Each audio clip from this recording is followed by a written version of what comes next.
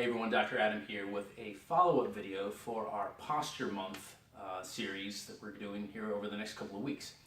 As I mentioned in the last video, May is National Posture Month, so we're just going through a few basic postural exercises that can help you out both whether or not you're in pain or you're just trying to improve your posture, you're trying to improve some flexibility going on in your spine and your joints. Now in the first video, we went through a few of the basic posture exercises for more of your upper back and your neck. And today we're going to go through a few simple ones more for the lower body and your lower back.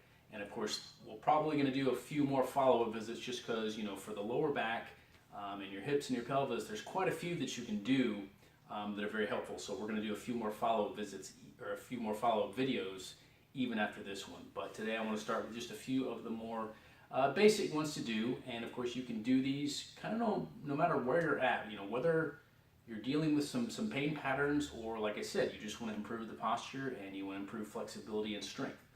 These are a few of just the really basic ones you can start with.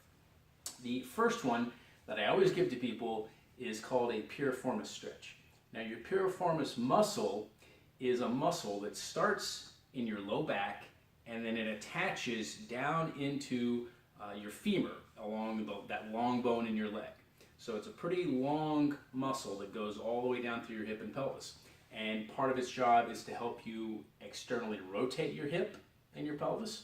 So a lot of times, you know, if you find that maybe you're walking along and you notice that one foot kind of wings out more than the other, that can be from a tight piriformis muscle. Now, the piriformis muscle also runs right along the sciatic nerve that goes all the way down into your feet, you know, down from your low back.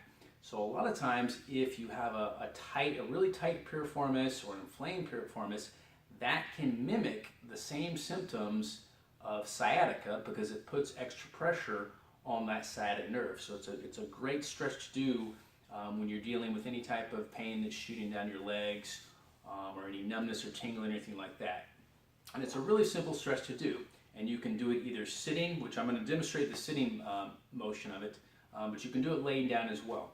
But all you want to do is, so if you're sitting there, you know, whether it's at your desk or at work or you're at home, you want to sit nice and straight. You're going to bring one leg up and cross it, grab a hold of your knee, and then you're going to pull up towards you a little bit, and then you want to try to angle that leg and pull towards the opposite shoulder.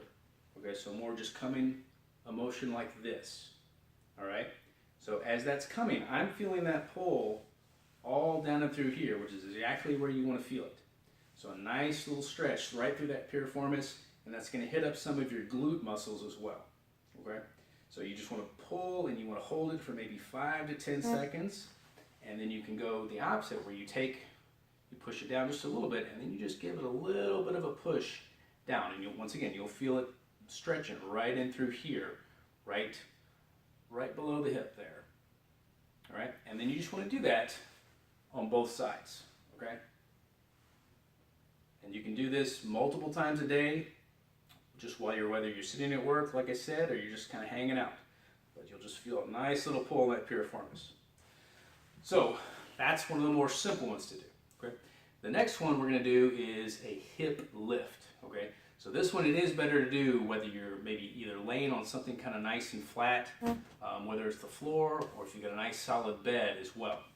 So for this one, you're going to be laying on your back just like this, and you're going to be activating some glute muscles as well as some core muscles at the same time. And we're just going to lift our hip and pelvis up off the ground or off the table, and you want to try to get it up to where it's just nice and straight up like that.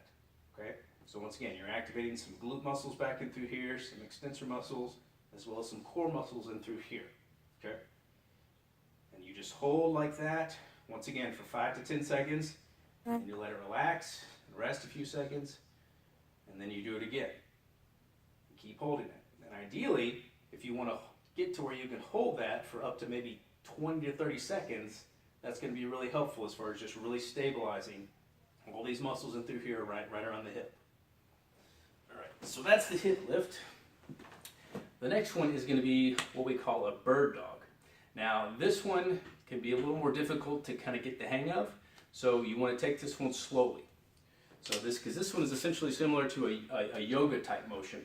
So for this one, and once again, we're going to be trying to activate some extensor muscles through the low back, some glute muscles, as well as some inner core muscles. So for this one, once again, it's good to start either on the floor or something, kind of solid you can get on. But you're starting in this position, and you're going to start with one leg. So I'm going to start with my left leg, and we're just going to raise that up about like there. And then you're going to take the opposite hand and get it up.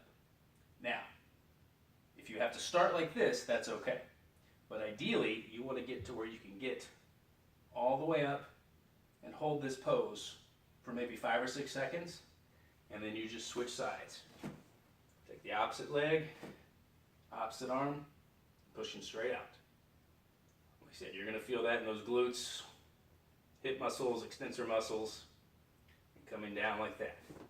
And so you just want to go back and forth between those two sides, holding for maybe 5 to 10 seconds each. And of course, you can try to get it to where maybe you can hold it for 15, 20 seconds on each side. But it's going to work a lot of those inner core muscles and extensor muscles all at the same time.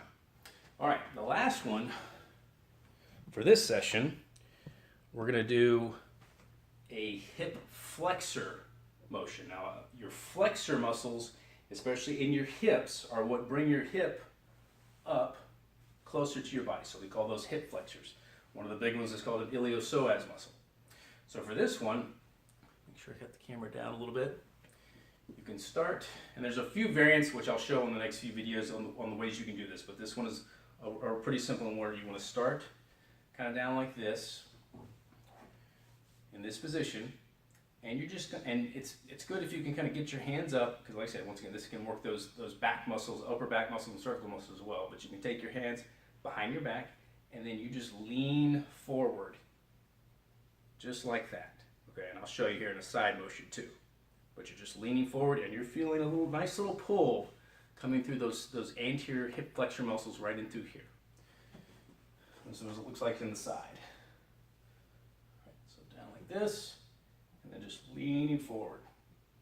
You feel a nice little stretch in those hip flexors. Coming back up like that.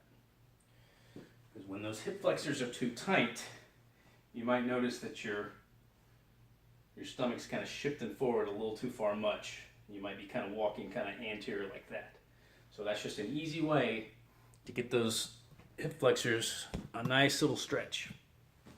So, as always, take your time with these when you're trying to practice these. You may want to watch this video a few times, and of course, you can always come get me here in the office if you have any questions or if you want me to kind of help you through them person to person. So, anyway, as I mentioned before, we're going to do a few more follow-up videos. We're going to have a few more exercises that you can start doing on a regular basis. And once again, these are just great for both improving your posture as well as improving some strength and flexibility no matter where you're at. So anyway, hope you'll have a great day, and we'll talk to you soon.